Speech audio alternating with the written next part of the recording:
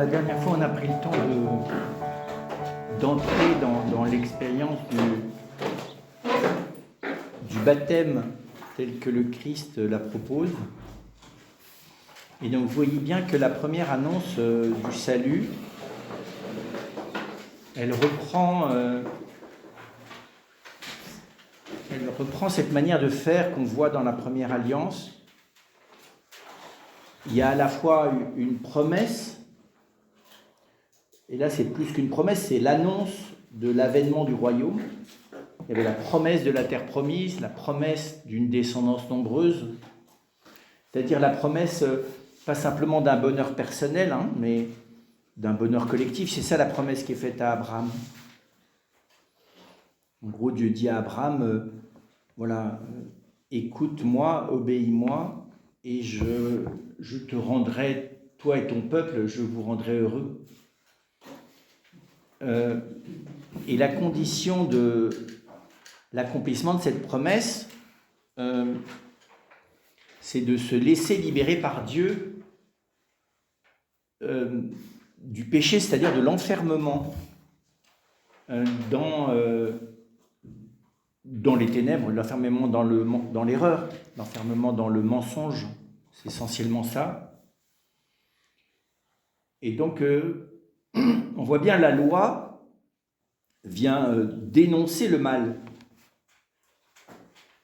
pour que pour que le peuple d'Israël se laisse libérer de ce mal par la présence de Dieu. Donc on voit de nouveau promesse, mais la condition de l'accomplissement de cette promesse, qui est une promesse de miséricorde, Abraham, c'est par pure miséricorde que Dieu lui promet une terre promise et une descendance, parce structurellement, il n'est pas capable d'avoir des enfants, et j'allais dire, il a un avenir tout tracé, Abraham, dans son pays. Et donc la condition de l'accomplissement de cette promesse, c'est en fait d'entrer dans une vérité sur Dieu et sur soi, qui est nouvelle. C'est ça, la conversion, il y a une conversion déjà. Et on voit d'ailleurs que cette conversion, elle est compliquée. Il faut 40 ans au désert. Le temps de la conversion est presque proportionnel au degré d'enfermement dans les logiques d'erreur, dans le péché. Et on retrouve ça. Jean-Baptiste propose un baptême de conversion, c'est-à-dire de reconnaissance du péché, de ce qui, de manière particulière, enferme chacun, et la promesse d'une libération, la promesse d'une naissance nouvelle, c'est ça, la promesse d'une purification. Et Jésus vient compléter cette promesse qui est de naissance, qui est dans le baptême lui-même, en disant, voilà, on n'est plus dans l'attente du royaume, il est là. Le Messie, Jean-Baptiste dit que celui qui doit venir est là, et Jésus ne dit pas tant au début qu'il est là, que le royaume est là. Ça veut dire qu'on est passé d'une promesse sur le futur à la réalisation de la promesse. On ne voit pas que la promesse faite à Abraham se réalise. Au moment de l'avènement du Christ, on ne voit pas que la descendance d'Abraham soit aussi nombreuse que les étoiles du ciel. On ne voit pas que la terre promise soit une terre de coule le lait et le miel. C'est au contraire, la terre promise, elle est dans une situation absolument détestable, où non seulement elle est occupée par les Romains, non seulement il y a des imposteurs qui la gouvernent en partie, mais en plus au niveau religieux, elle est complètement abîmée de l'intérieur. Et donc, le Christ vient de nouveau annoncer l'avènement du royaume. Donc c'est comme si le salut, l'effectivité du salut était là. Et puis c'est ça que Jésus va progressivement, en 3 ans, approfondir. Jésus va enseigner progressivement comment on entre dans le royaume. Donc il va à la fois enseigner comment, pour entrer dans le royaume, il faut reconnaître ses ténèbres et se laisser libérer par lui. C'est ce qu'il va annoncer progressivement. se laisser libérer par lui pour entrer dans cette vie nouvelle. C'est pour ça qu'on peut dire que la théologie, on va dire l'enseignement, l'enseignement en profondeur que Jésus donne sur ce qu'il a instauré en baptisant lui-même et en annonçant le royaume, c'est l'enseignement fait à Nicodème.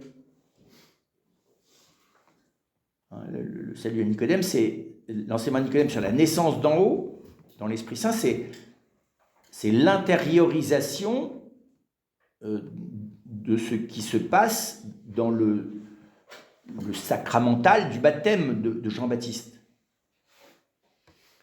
Vous comprenez bien, Jésus ne baptise pas encore de son baptême à lui. Le baptême dont on doit être baptisé, dont on est baptisé, nous, par le Christ à notre baptême, ce n'est pas celui qu'a opéré Jésus dans le prolongement de celui de Jean-Baptiste, c'est celui dans lequel nous sommes baptisés dans sa mort et dans sa résurrection. Mais voilà, ce qui nous prépare à vivre à la fois le salut et c'est ça qui va être nouveau, la rédemption de nos fautes, ou le pardon de nos péchés. Au début, il n'est pas question du pardon des péchés. Jean-Baptiste ne propose pas un pardon des péchés, ça ne veut rien dire. Aucun homme peut proposer un pardon de péché. Il n'a pas été envoyé pour pardonner les péchés, Jean-Baptiste. Donc il n'y a pas de pardon du péché. Il y a une reconnaissance du péché, et il y a une libération de l'esclavage du péché par Dieu. Mais il n'y a pas de pardon. Le pardon, ce n'est pas une libération. C'est autre chose le pardon. On va se demander qu'est-ce que c'est le pardon, puisque le pardon, c'est la forme personnelle du salut. Et Jésus ne commence pas par enseigner le pardon des péchés. À Nicodème non plus d'ailleurs. Il annonce la naissance d'en haut et une vie dans l'esprit.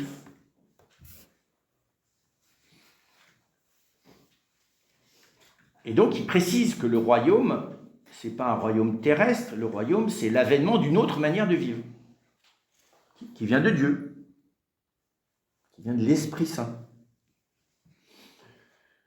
Qui est une manière de vivre d'ailleurs, en gros, qui n'a pas grand-chose à voir avec la manière de vivre humaine, classique. Parce que quelqu'un qui sait ni d'où il vient, ni où il va, ça ne va pas le faire du point de vue de la prudence. Propre de la prudence, c'est de savoir d'où tu viens et où tu vas. De choisir les moyens par lesquels tu vas aller vers ce que tu choisis d'aller. Ça n'a aucun sens de... la responsabilité humaine s'exerce par un accueil de la finalité et un choix prudentiel des moyens que l'on va mettre en œuvre. C'est l'inverse de... Donc, clairement, Jésus annonce pas du tout, comme à Salomon, le fait qu'on va recevoir une sagesse d'en haut qui va nous permettre d'exercer la prudence avec sagesse, profondeur, grandeur. Pas du tout, il annonce autre chose. La vie dans l'esprit, ça n'a pas grand-chose à voir avec ce qu'on s'imagine. Et Jésus dit d'ailleurs, Jean-Baptiste a dit, il vous baptisera dans l'Esprit Saint, donc ça veut dire qu'il y a vraiment, là, il faut entrer dans une autre vie. Alors, ça reste complètement énigmatique. Si ce n'est que celui qui pratique cette autre vie, c'est Jésus, qui a une manière complètement, comprenez bien, non pas incohérente, c'est pas incohérent ce que fait Jésus, mais c'est absolument pas programmatique. C'est-à-dire qu'il va où, là ?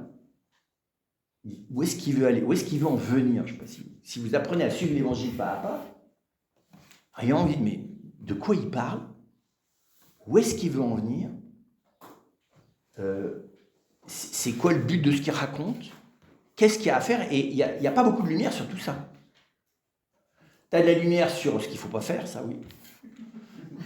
Quand il parle de ce qu'il faut faire, c'est-à-dire être aussi parfait que le Père Céleste, aimer ses ennemis, c'est des trucs juste pas du tout accessibles. Et quand il a l'air tout d'un coup, c'est les béatitudes, mais les béatitudes, je sais pas si vous essayez de mettre en œuvre les béatitudes comme on met en œuvre un programme de vie, du coaching de bien-être, vous voyez, ou une morale d'existence, allez-y. Bienheureux les pauvres de cœur, vous faites quoi comme exercice? Heureux ceux qui pleurent, vous faites quoi? Vous vous souvenez des choses les plus tristes et vous vous mettez à pleurer jusqu'à ce que vous soyez content? Alors bienheureux les miséricordieux, mais je ne sais pas ce que c'est la miséricorde. Dire quoi? Faire la miséricorde. Vous n'avez pas grand-chose. Alors vous avez les artisans de justice. Mais c'est pas facile d'être artisan de justice, parce qu'entre ceux qui sortent le glaive pour se combattre pour la justice, et ceux qui se laissent massacrer par les injustes en disant l'amour prévaudra, c'est pas simple les béatitudes. Vous voyez, c'est pas du tout opératoire. Acquérir la vertu de force, la vertu de tempérance, la vertu de prudence, la vertu de justice, je vois ce que ça veut dire. Tu as des exercices concrets à pratiquer. Acquérir la vertu d'intelligence, tu vois ce que tu as à pratiquer. Cultiver un habitus artistique, tu vois ce que ça veut dire. Gérer une cité, ta famille, ton entreprise, tu vois ce que ça veut dire. Mais tu vois où Jésus veut en venir. Et donc, voilà, c'est très clairement, Christ donne pas de clé. Hein. Juste, voilà, son annonce de la promesse, de la terre promise, c'est la vie dans l'esprit, pour faire court. Et tout doucement, il va annoncer que cette vie dans l'esprit, oui, elle passe pas simplement par la reconnaissance des fautes, elle passe par tout un processus qui est à la fois de la mort et de la naissance. C'est compliqué. On voit bien que c'est pas... il donne vie aux gens, mais il ne guérit pas tout le monde comme ça d'un claquement de doigts. Est-ce que la vie dans l'esprit, ça ne serait pas ce qu'enseigne la volonté divine? Là, la volonté divine de... Oui, mais ça veut dire quoi? C'est quoi la volonté divine? Il veut quoi, Dieu? Vivre en nous. C'est-à-dire? Se diviniser un petit peu, mais... C'est-à-dire? Comment je me divinise? En offrant tout ce qu'on fait, c'est avec lui, parler en lui. Oui, c'est ce qu'on voudrait. Mais on fait comment pour que ça soit réel? C'est lui qui vient vivre en nous. Ben ouais, mais quand on voit le résultat, il tarde à venir en nous, non? Quand on voit la vitesse avec laquelle les uns et les autres s'énervent, se replient sur eux, paniquent, cassent les pieds aux voisins... Ben, ça devrait, puisque c'est lui. Ah voilà. Il y a le travail de la volonté humaine. Ah ben voilà, mais lequel? Comment je fais moi dans ma petite volonté humaine pour coopérer à quelque chose qui me dépasse infiniment? C'est ça le problème. Bien sûr qu'il faudrait, mais comment j'embraye? Je commence par où? Je veux quoi? Je te veux toi, Seigneur. C'est-à-dire? Non, Jésus va être beaucoup plus concret que ça. Ouais, il faut avoir la simplicité de se laisser faire. Oui, mais par quoi? Par celui qui est plus grand que nous. Oui, mais... Il nous a créés, qui le connaît mieux que nous-mêmes. On est d'accord. Mais moi, je veux bien me laisser faire, mais il faut bien que je vois par quoi je me laisse faire. Me laisser faire par quelqu'un dont j'ai aucune... Quelqu'un qui me dit, vas-y, suis-moi, on va monter aux arbres, on va réparer le fauteuil. On sait quand même en qui on met notre foi et notre confiance. Ah bon? Et on sait qu'on ne sera pas déçu en plus. On croit qu'on ne sera pas déçu. On ne le sait pas. On respecte l'espérance, Oui, ça, c'est pas très concret, ça. D'accord, je suis d'accord, on est dans l'intention. Mais la vie humaine n'est pas de rester dans l'intention. Comment ça passe à l'acte, tout ça? Accepter Pardon? l'intention, c'est Oui, mais l'intention, c'est pas le passage à l'acte. Hein. L'intention, c'est pas le passage à l'acte. Parce que les intentions, enfin, quand on dit que l'enfer est pavé de bonnes intentions, c'est pas tout à fait vrai. Mais les intentions, c'est pas le passage à l'acte. Et manifestement, Jésus n'est pas venu pour qu'on soit uniquement dans l'intention. Alors? Eh ben. Donnez-nous la réponse.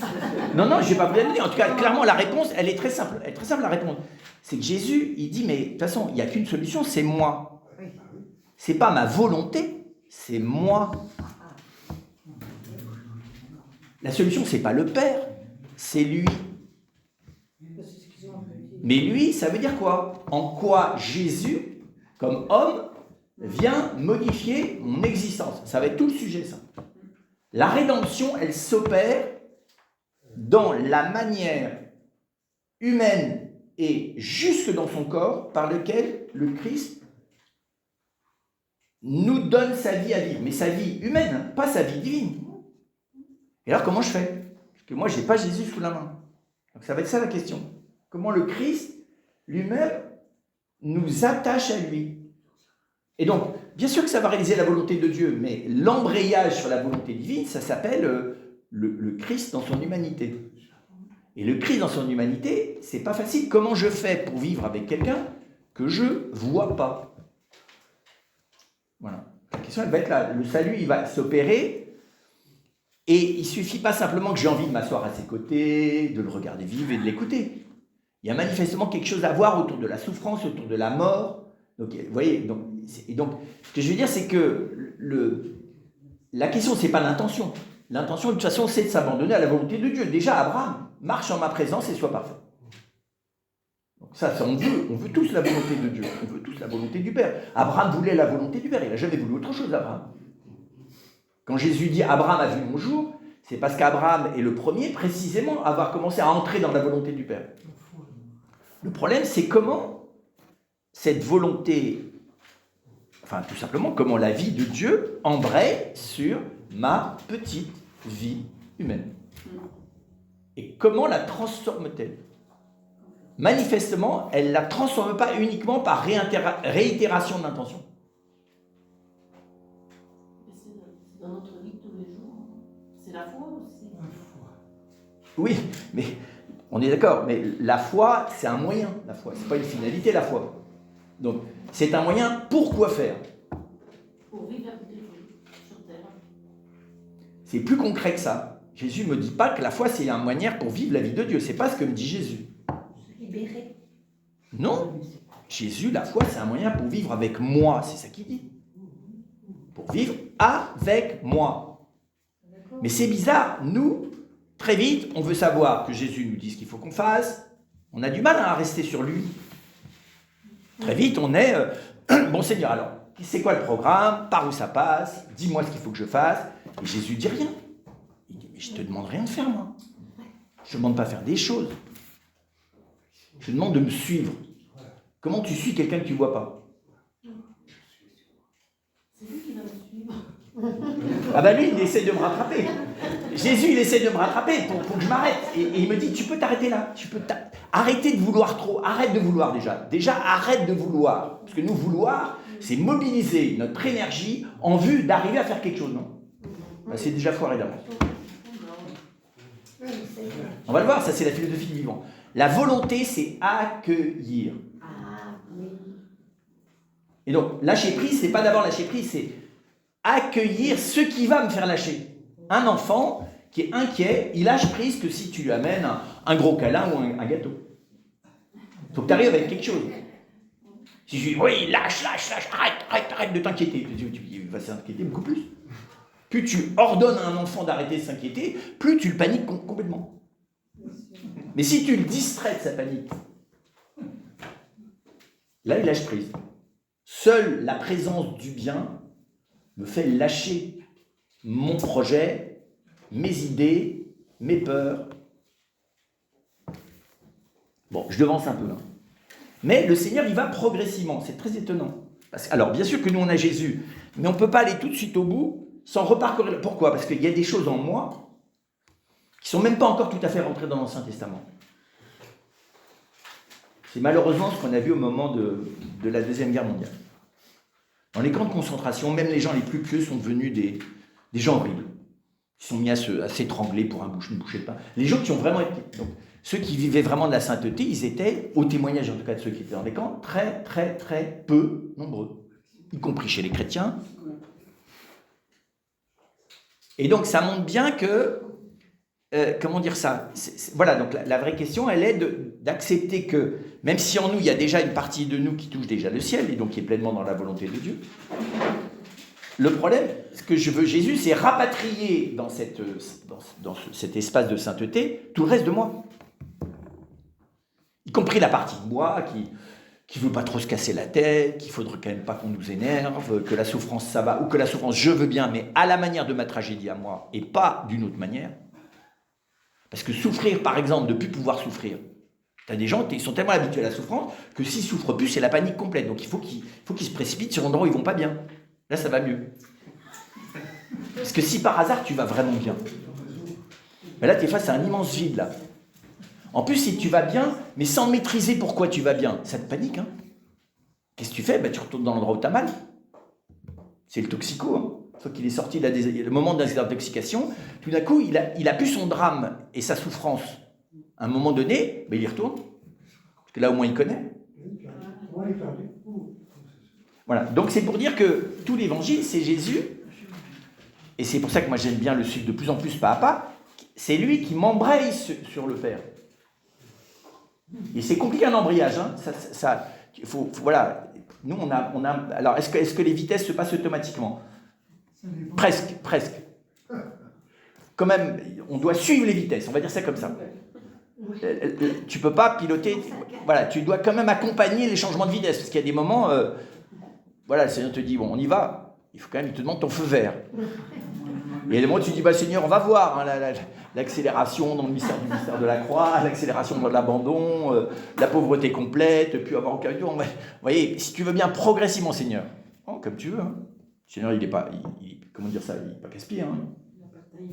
Mais de temps en temps, il dit, bon, allez, tu veux, quand même, on passe à la vitesse supérieure. Laisse-moi faire.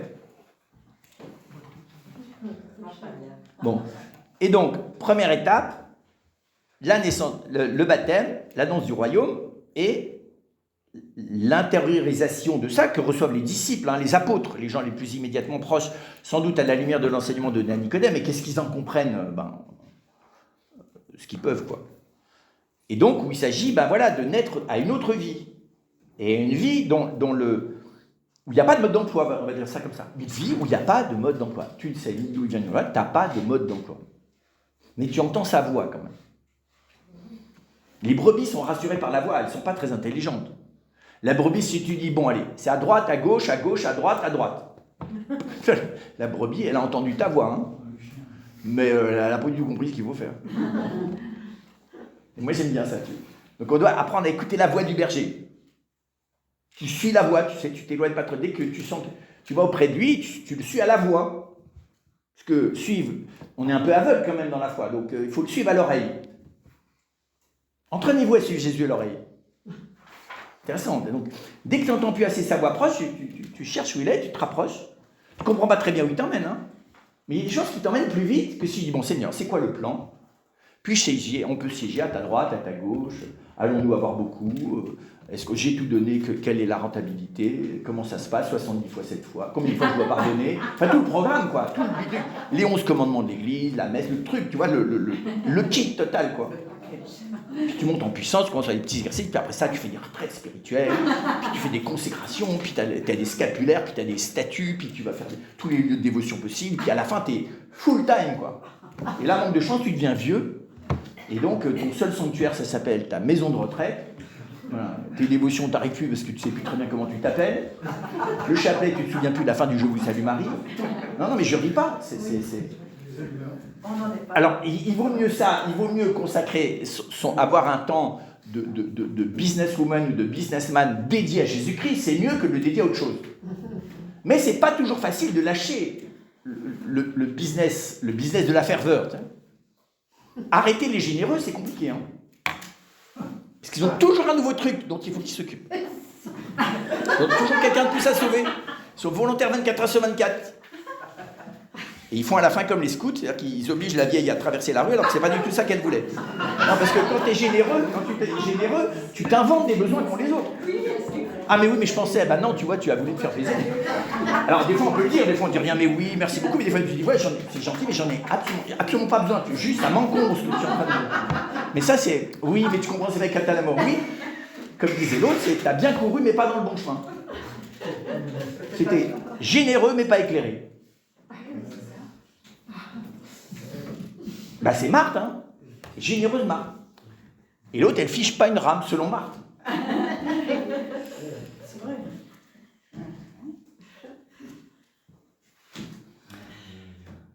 Donc, deuxième étape, l'intériorisation de l'acceptation de naître de nouveau, ce qui est quand même pas franchement rien.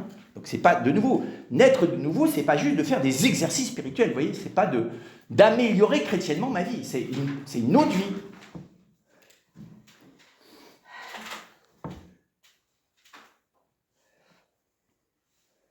Ensuite, il y a un troisième moment, et il n'est pas encore question de salut à ce stade-là. Hein. Il y a juste cette phrase quand même qui nous annonce hein, à Nicodème, cette phrase qu'on a lue dimanche dernier, qui reste quand même complètement mystérieuse. Là encore, on peut dire, mais Seigneur, tu ne pourrais pas faire du catéchisme plus clair quand même, parce que si on fait ça aux enfants, on leur lit ça, ils ne vont rien comprendre. Ce qui n'est pas sûr du tout d'ailleurs qu'ils comprennent rien, c'est pas grave. Donc, de même, donc, car nul n'est monté au ciel, sinon celui qui est descendu du ciel, le Fils de l'homme. Bon, ça veut dire quoi? Jésus est monté au ciel, mais il est là en attendant. Donc c'est qui est monté au ciel? Qu'il soit descendu, je veux bien, mais il est monté ou il est descendu? Il a l'air déjà d'être remonté, mais il n'est pas remonté, il est là. Donc, je ne sais pas ce que tu fais avec ça, mais c'est pas grave. D'ailleurs, c'est ce qu'il prévient. Si vous ne croyez pas, lorsque je vous parle des choses de la terre, comment croirez-vous quand je vous parlerai des choses du ciel? Donc, les choses de la terre, c'est d'entendre que je dois naître de manière nouvelle. Et que la vie en question, elle est en dehors de mon contrôle. Voilà. Ça c'est terrestre, tu vois, tu comprends. C'est par rapport à tes référentiels à toi. Ta vie là, c'est fini. Fini ta vie, fini. Tu vas continuer, elle va continuer à fonctionner mécaniquement, mais laisse tomber. En gros, rien de ce que tu fais dans ta logique humaine, c'est pas là que je t'emmène. C'est pas mal, hein, mais c'est pas là que je t'emmène. Je t'emmène ailleurs. Bon, ça, je peux l'entendre, ça. Jésus me dit, mais...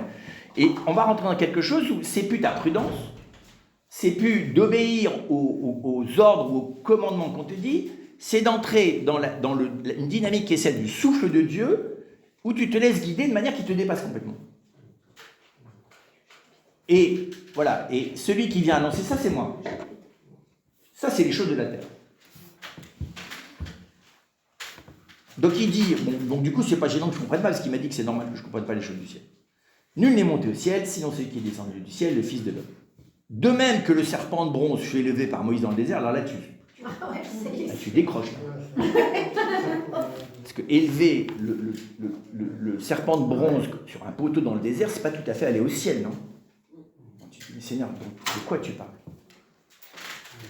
Aussi faut-il que le Fils de l'homme soit élevé, afin que tout homme qui croit obtienne par lui la vie éternelle. Donc nous, on se précipite, évidemment, c'est la croix, tatati. Bonne manière de ne pas écouter le texte.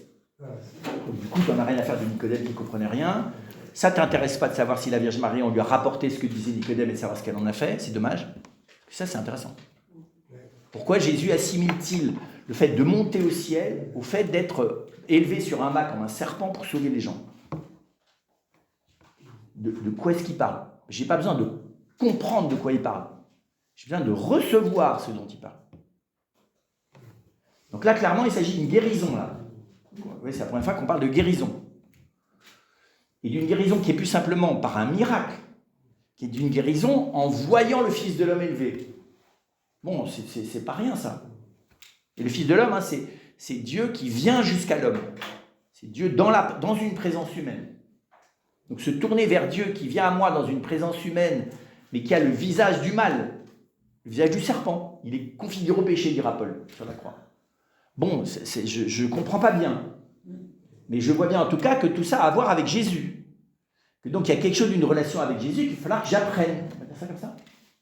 Christ va m'apprendre à rentrer dans une relation avec lui, au point que je puisse tourner mon regard vers lui quand je suis dans le venin de mes paniques, de mes peurs, de mes défauts, de mes travers, et que le regarder, mais pas le regarder de manière facile. Parce que tu regardes un serpent sur un poteau, ça indique pas, comme tel, ça signifie pas du bien. Un crucifié, ça signifie pas de la guérison, ça signifie de l'horreur.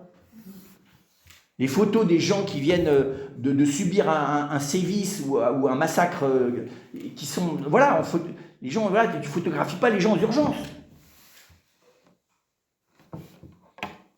Et Jésus crucifié, c'est plus que les urgences. Hein.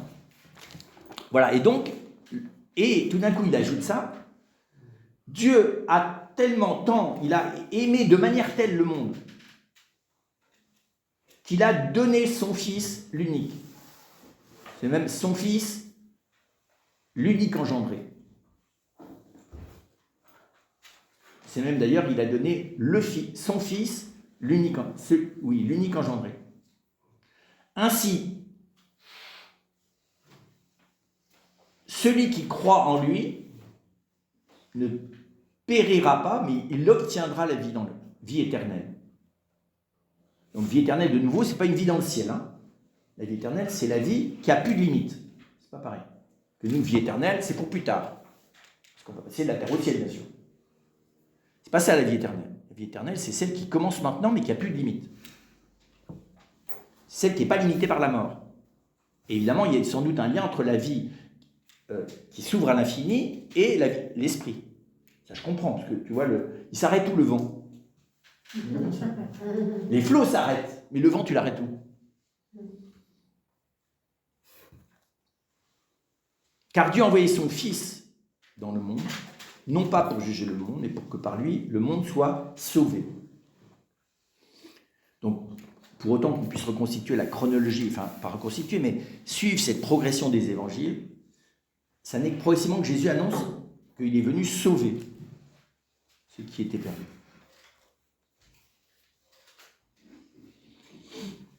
Et la forme concrète par laquelle Jésus fait faire l'expérience aux uns et aux autres d'être sauvés, ça a plusieurs formes. Pour certains, ça a la forme de la vérité. La Samaritaine, Nicodème. Les apôtres aussi. Il sauve beaucoup les frères apôtres, il les sauve beaucoup par la vérité, en les sortant de l'erreur. Il essaye d'en sauver d'ailleurs les pharisiens qui ne veulent pas. Vous êtes profondément dans l'erreur. Vous êtes enquistés, vous ne voulez pas entendre, vous ne voulez pas que je vous sauve par la lumière.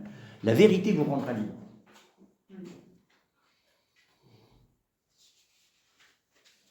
L'autre manière d'être sauvé, c'est d'être guéri, physiquement ou psychiquement. De sortir de l'impasse existentielle.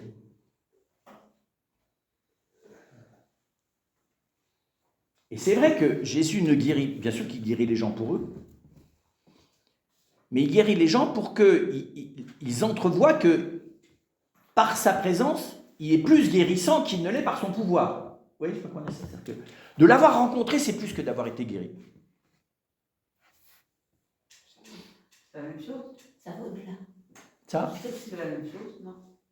Non. Non, parce qu'il y a des gens qui le rencontrent sans être guéris. Il y a plein de gens qui vont à Lourdes, ils ne sont pas miraculés. Ils vont mourir quand même. Mais le miracle de Lourdes, c'est que tout le monde peut le rencontrer. Et donc, la guérison miraculeuse n'est que le signe de cette guérison qu'opère la rencontre. Et c'est pas rien rencontrer quelqu'un. C'est une chose qui t'éclaire et qui te libère par la lumière, c'est autre chose de le rencontrer. Le Christ est guérissant par sa personne. C'est d'ailleurs très doux de découvrir le Christ qui me soigne, qui me guérit. De moi-même. C'est de moi qui me guérit d'abord. C'est du poison de la fausse relation à moi. Précisément, il me guérit aussi de la fausse relation aux autres.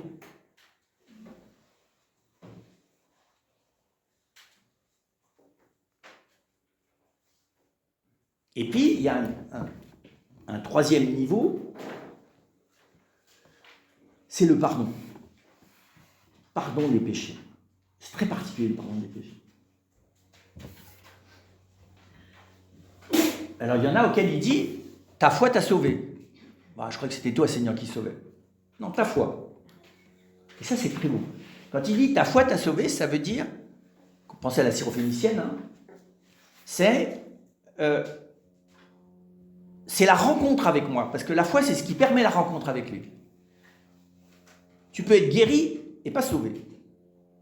C'est ce qu'il dit d'ailleurs au paralytique de Bethsaida. Pourrait t'arriver pire. Est-ce que tu vois que de m'avoir rencontré, c'est plus que d'avoir été guéri? C'est la foi qui fait que je le rencontre. C'est pas la foi qui fait que je suis guéri, puisque l'autre, il n'a même pas demandé d'être guéri.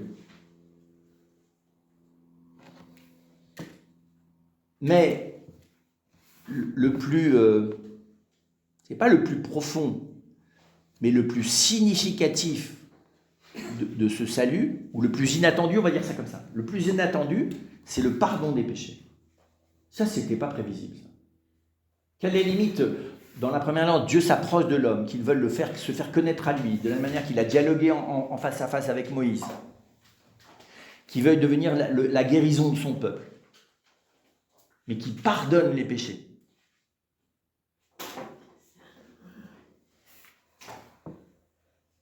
Alors, il y avait déjà dans la première alliance, on voit ça dans les psaumes, il a jeté loin derrière nous tous nos péchés. Et donc, dans le pardon des péchés, il y a plusieurs choses. Il y a le fait que le Christ nous dit que Dieu ne nous en tient pas grief de nos fautes, qu'elles ne sont pas fatales,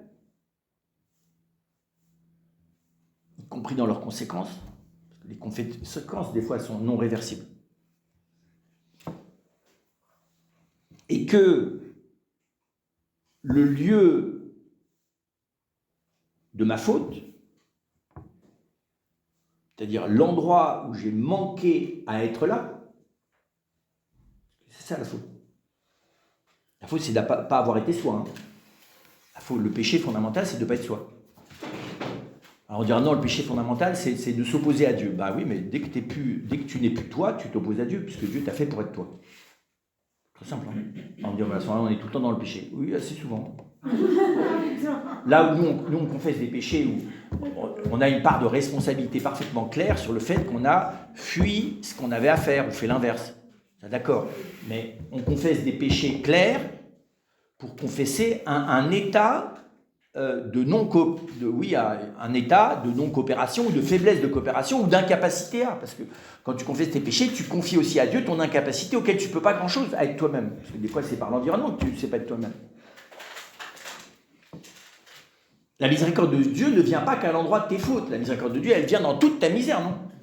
Il ne dit pas, bon, le fait que tu as trop mangé, que tu t'es engueulé avec l'autre, ça, je te pardonne. Mais je te laisse tout seul avec ton handicap, ton incapacité de parler, ou le fait de parler tout le temps, tout ça, c'est pas mon problème. Ma miséricorde n'a rien à voir avec ça. Débrouille-toi. Non, la miséricorde, elle vient, c'est le Christ qui vient s'approcher de nous d'une manière spécifique à l'endroit de notre manque à être. Et ça, c'est le grand mystère, c'est qu'il vient nous donner un plus de vie dans notre manque à être. Alors, vous allez me dire, mais ça veut dire qu'il faut pécher pour être pardonné? Non. On peut être pardonné sans pécher. C'est ce que fait Marie.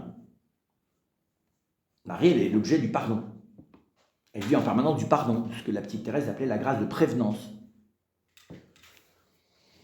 C'est-à-dire qu'elle se présente par son état de manque métaphysique et qu'à aucun moment elle ne cultive la prétention de faire quoi que ce soit.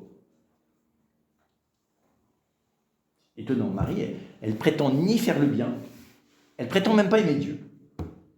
Nous, on a du mal à comprendre ça. Elle a choisi l'impuissance comme mode d'existence. À me dire, oui, mais elle a la chance parce qu'avec une grâce particulière, elle a été déconditionnée. C'est vrai, Marie, vous voyez, elle est déconditionnée par rapport à des Joachim qui étaient sûrement de saintes personnes, mais qui, comme toutes les saintes personnes, sont quand même programmées pour t'inculquer la bonne morale, le bon machin, le truc, la générosité religieuse et tout le truc. Donc la grâce de Marie, c'est qu'elle a une grâce de déprogrammation. L'Immaculée Conception, c'est que, voilà, il y a quelque chose en elle qui s'est opposé à la programmation congénitale de tous les papas et les mamans de la terre et de la culture. Mais c'est une chose d'avoir cette grâce-là, c'est autre chose après ça, sur le fond de cette liberté, de choisir l'impuissance comme chemin d'existence. Ça, c'est pas rien, ça. Parce que c'est sympa de faire quelque chose, non? De le faire bien. Et pourquoi Dieu n'a pas fait ça à tous les hommes? Pourquoi Dieu n'a pas fait ça à tous les hommes? Ah bah parce que nous, on se reprécipiterait exactement comme dans la faute originelle pour refaire quelque chose. On ne supporterait pas. Marie ne le fait pas. Oui, elle a choisi. Nous, on supporterait. Regardez, il y a des moments de grâce merveilleux. Pourquoi est-ce qu'on repart faire plein de trucs? Pourquoi est-ce qu'on ne reste pas dans la pauvreté et qu'on a bien heureuse qu'on a découvert à un moment donné? Pourquoi à peine sorti de la messe, on est reparti dans tous nos plans? Au moment de la messe, par la grâce de Dieu du sacrement de pardon, on est dans le même état que Marie Immaculée. Et parce qu'on a un mal fou à accepter le vide. C'est pas facile que tout ce que nous sommes, c'est pour être capacité de Dieu. C'est pas facile. Parce que ça nous est plus accessible que tout ce que nous sommes, nous puissions l'utiliser pour faire du bien. Alors, voilà. Donc, c'est pas sûr que... On a 1000 occasions par jour d'être rien. Pourquoi est-ce qu'on ne s'y précipite pas comme avec délice? Parce que... Parce que ça fait peur, de rien. Ah voilà. Et puis surtout, c'est que d'être mendiant, de ne vivre que par autrui, que par Dieu. Ne rien pouvoir par soi. C'est bizarre, il y a une espèce d'orgueil de fond, là, on dit, mais il ne faut quand même pas charrier, non? Ça se vit comment concrètement? Parce qu'on est bien obligé de faire nos actions et tout ça. Alors, elle le voit, elle- D'abord, on n'est pas obligé, mais on les fait. Mais on se met à l'endroit où on arrive, sur le fond de nos actions, en fait, on n'arrive à rien. Ah. Donc on fait nos actions, mais avec une légèreté des gens incompétents. C'est pas facile d'être dans la légèreté de l'incompétence là où tu es surcompétent. Où tout le monde attend que tu...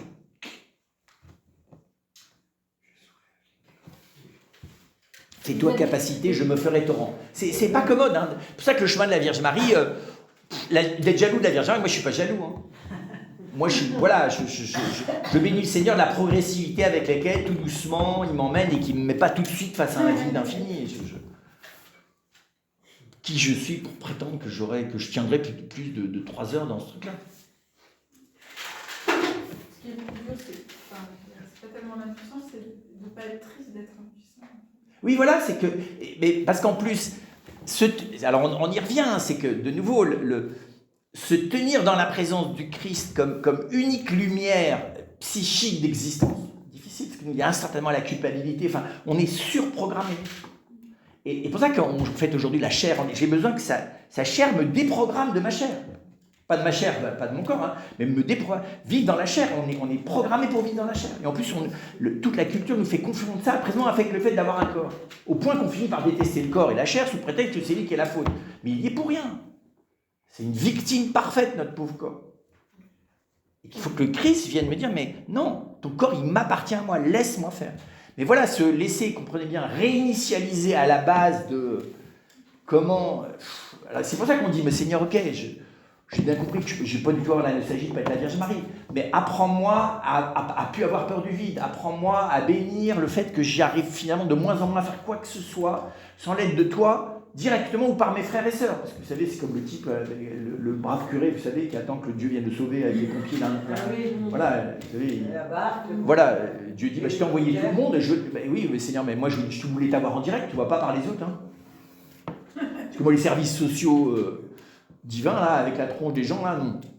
Moi, je veux directement mon assistance directe, moi. Je veux le patron. Je ne veux pas les déléguer.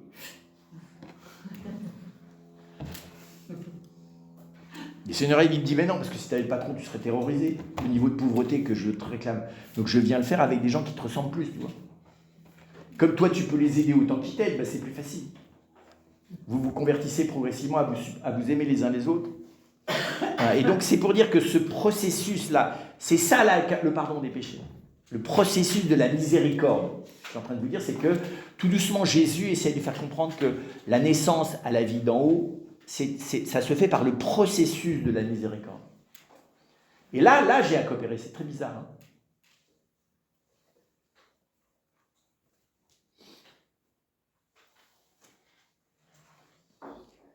Et je pense qu'on n'a pas fini de revenir à chacune de ces moments de la vie, parce qu'en plus, vous avez compris, on a la chance que l'Évangile, on peut débarquer dans le moment de l'Évangile comme on veut. C'est toujours disponible. 24 heures sur 24, c'est pas les versets d'ailleurs, chacune des scènes de l'Évangile, elle est disponible pour que tu viennes t'asseoir dedans et que tu dises, bon alors Seigneur, comment tu as fait pour le guérir? Qu'est-ce qui s'est passé là? Bartimée, l'autre, celle qui perdait du sang. Et puis le type qui était possédé avec les histoires des cochons là-bas. Tu retournes là-bas, et tu retournes et tu dis, bon, qu'est-ce que tu es venu faire, Seigneur? Et à chaque fois, tu es un peu plus proche de lui, de ce qu'il fait lui. Tu vois comment il aime ce type. Tu es possédé, comment...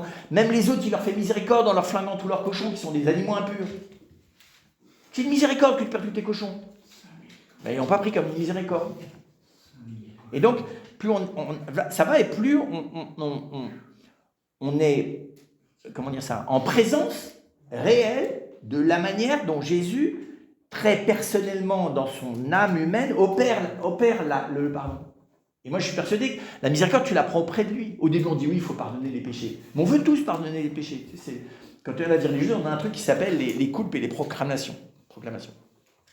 Donc, les coulpes, c'est que tu t'accuses des choses visibles. Hein. Tu t'accuses pas d'avoir envie d'étrangler l'autre, mais tu t'accuses d'avoir, je sais pas trop quoi, fait la gueule, d'avoir délibérément déserté l'office pour aller faire autre chose, d'être allé piquer de la mousse au chocolat dans le frigo. Enfin,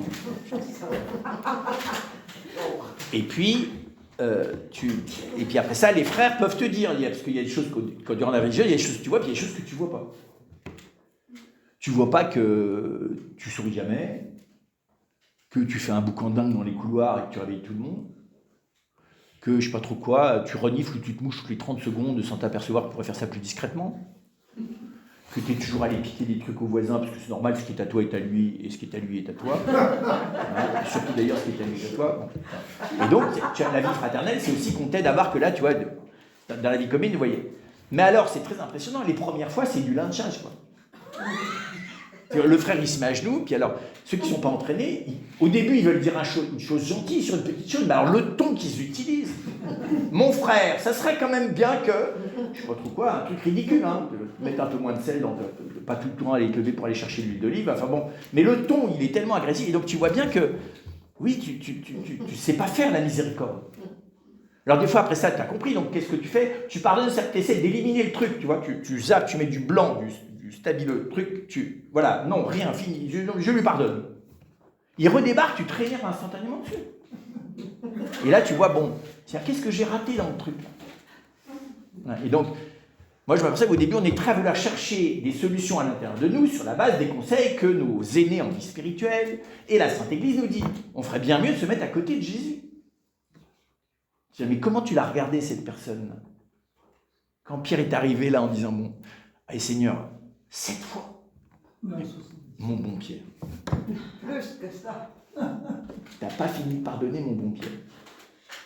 Et je pense que Pierre a compris aussi qu'on n'a pas fini de te pardonner non plus, mon bon Pierre. Voilà. Et donc, d'entrer dans cette expérience de la miséricorde qui est quand même, comment vous dire ça? C'est pas le dernier mot du salut. Mais il y a quelque chose d'une rencontre avec Jésus, puisqu'on est sur la rencontre, qui se fait dans la miséricorde qui ne peut pas se faire autrement.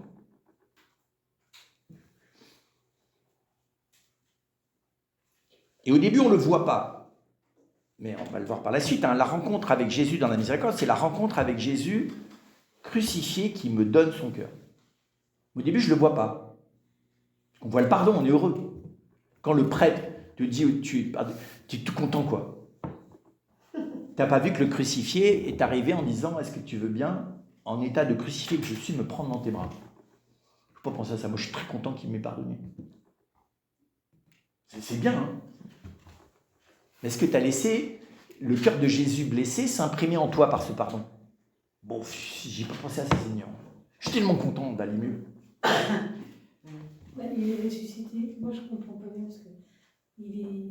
Avec ses plaies. Ah, oui, mais moi, j'ai envie de. Je crois dans le Jésus-Christ ressuscité. Oui, mais il a ses plaies. Arrêté où Jésus-Christ sur la croix. Oui, mais qu'est-ce que tu fais avec son côté ouvert? Il est ouvert, son côté. Hein. Il n'y a pas de cicatrice, il est ouvert. Voilà. C'est ça. Mais le ressuscité, il arrive avec ses plaies. Oui, mais avec des plaies. Ouvertes. Hein? Ouvertes, les plaies. Ça veut dire quoi? Ça veut dire qu'on fait encore mal? Non. Ça, c'est l'imaginaire pour terroriser les enfants. Ça, c'est ce qu'elle nous dit. Chaque péché, tu rajoutes une aiguille dans la tête de Jésus. C'est juste, c'est plus que faux, c'est pervers. Pas sur le plan de l'intention des gens qui font ça. Mais le mécanisme que ça engendre chez l'enfant, il est pervers. C'est comme d'expliquer à un enfant de 4 ans qu'il sera puni dans les enfers par où il a péché. Donc le bonbon de trop, c'est par là qu'il sera péché damné pour l'éternité. Péché de gourmandise, punition d'essence. C'est bien, l'enfant, éveille à la sensation. Tu peux y aller. Moi, j'ai rencontré des gens, 5 ans, on leur a expliqué ça. Après ça, c'est 40 ans de réconciliation avec le fait que la sensation n'est pas pécamineuse. Bon, bref. En tout cas, c'est pour dire que dans le pardon des péchés, Jésus, il descend. Comment Jésus ne descend pas en Superman dans ma misère? Regardez avec la femme adultère. Pourquoi il prend de sa salive? Les gestes qu'il a. Qu'est-ce qui se passe dans lui? Ah ben plein d'amour. D'accord, ça s'appelle un joker, ça. C'est comment? Et évidemment, sa manière d'aimer, elle est personnelle. Pour chacun, pour chacune, c'est pas la même.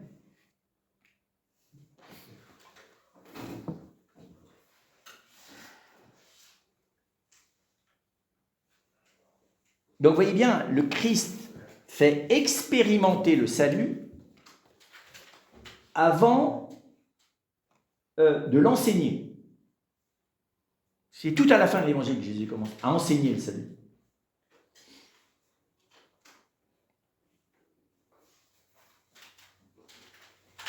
Et que quand même, le cœur de l'expérience du salut, c'est le pardon, c'est ce qu'il dira bien, c'est le pardon des péchés.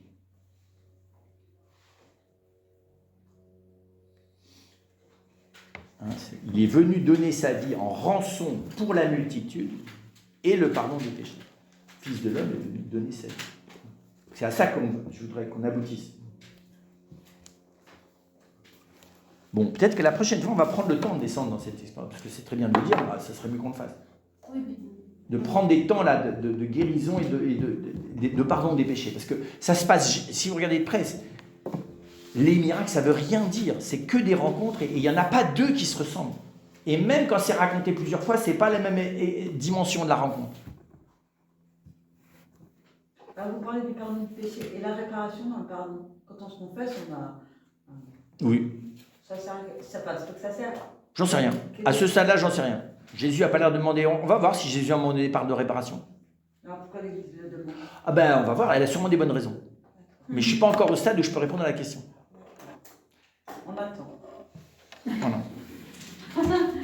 Si, une petite piste, c'est que la réparation, c'est la surabondance de l'amour.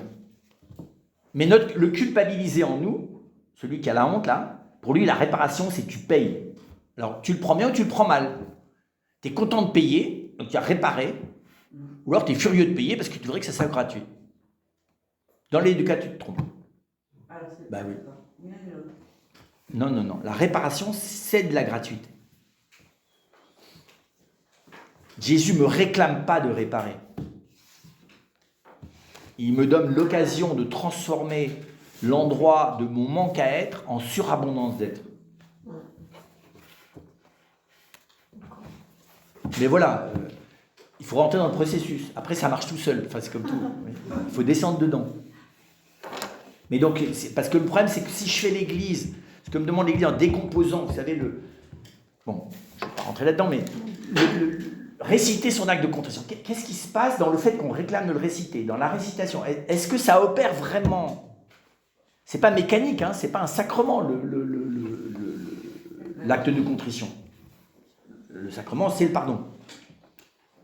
Quelle est la manière de se confesser? Est-ce qu'il faut faire ça de manière standard? Est-ce qu'il faut faire ça de manière improvisée? Est-ce qu'il faut faire ça... Bon alors, comme on ne sait pas, on suit le rituel. Mais Jésus, c'est bizarre, il y a la souplesse dans son rituel. La miséricorde, c'est assez personnalisé quand même, non? Ouais. C'est ça qui est fou, c'est de savoir qu'on reçoit la présence de Jésus par le biais de quelque chose, en fait, c'est complètement... Enfin, le péché, c'est vraiment... Oui, c'est l'anti-Jésus. Oui, Jésus me donne rendez-vous dans l'anti-lui. Oui, bien sûr. Bien sûr. Bien sûr. Quoi, j'ai pas compris. Le péché, c'est ce qui est contre Jésus. Et Jésus dit, moi je vais venir te rencontrer dans ton péché, à l'endroit où directement tu m'as mis dehors. C'est comment il s'appelle? C'est Pierre, après le reniement, qui croise le regard de Jésus. Qu'est-ce qui se passe là? Donc, on verra, la miséricorde, même chose. Nous, enfin, alors pour le coup, c'est pas pour opposer à ce que je viens de dire, mais jamais on peut ritualiser la miséricorde. Rien n'est moins ritualisable que la rencontre de Jésus dans l'endroit où le mal, où je l'ai privé de moi. Oui, mais quand on fait les péchés, c'est pas pour Jésus. Non, mais par contre, la question, c'est de savoir qu'est-ce qui se passe, quelle rencontre particulière se passe entre pourquoi est-ce que l'alignement de tous ces trucs qui n'ont aucun intérêt, qui sont juste de la médiocrité humaine, pourquoi est-ce qu'il passe quelque chose de grand? Tu vois, si à un moment donné, on dit, bon, alors maintenant, chacun de nous va confesser 4 de ses pires péchés. Oh là là là là. Déjà, tu perds la face pour toujours. Tu dis, bon, là, ça va plomber la messe. Hein. C'est clair. Il n'y aura plus personne. Pourtant, je signale que c'est ce qu'on fait silencieusement. Hein. Non, dans le confiteor. Et vous aussi, mes frères. Est-ce que vous voulez bien être le relais de Jésus qui me sort de la boue? Mais nous, on est très loin. Enfin bon, bref. Enfin, on va voir que si on descend là-dedans, ça devrait pouvoir rendre un petit peu plus effectif ce qui se passe dans l'Eucharistie. Normalement, la messe, c'est de l'évangile à l'état pur. Et très secondairement, un rituel religieux.